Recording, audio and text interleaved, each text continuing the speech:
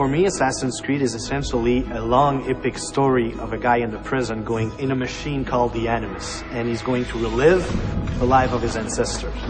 In Assassin's Creed 2, we follow Desmond, who's going to live the life of Ezio Auditore da Firenze.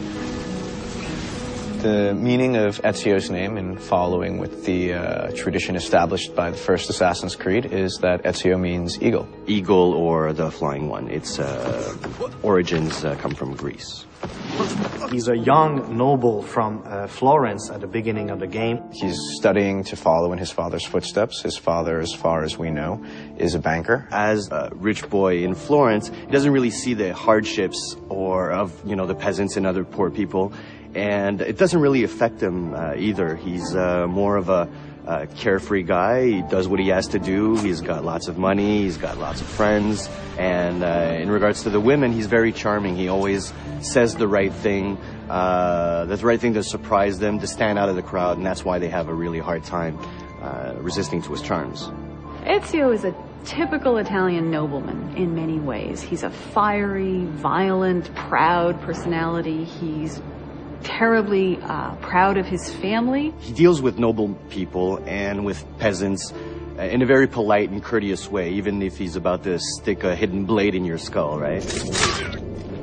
He has a very strange talent that his father is aware of, which is the eagle vision from the first game. Nobody really knows how come he has that, but we sort of find out in the game.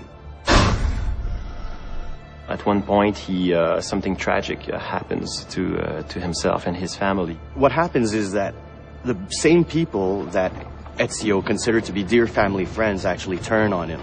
People that are very close to him are taken from him, and becoming an assassin and acquiring those skills will give him the abilities necessary to exact revenge.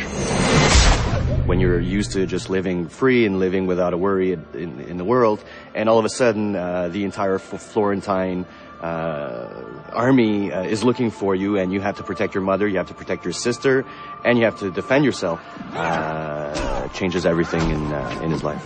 So going from this life of la dolce vita, in Italy, it will have to become this guy who needs to kill in order to survive.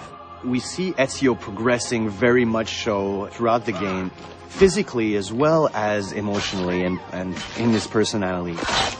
As a player, you will go just like the main character, in the same, you will be at first just like you and I, and then will become this badass main character. Before, he just wants vengeance, but later on he wants justice.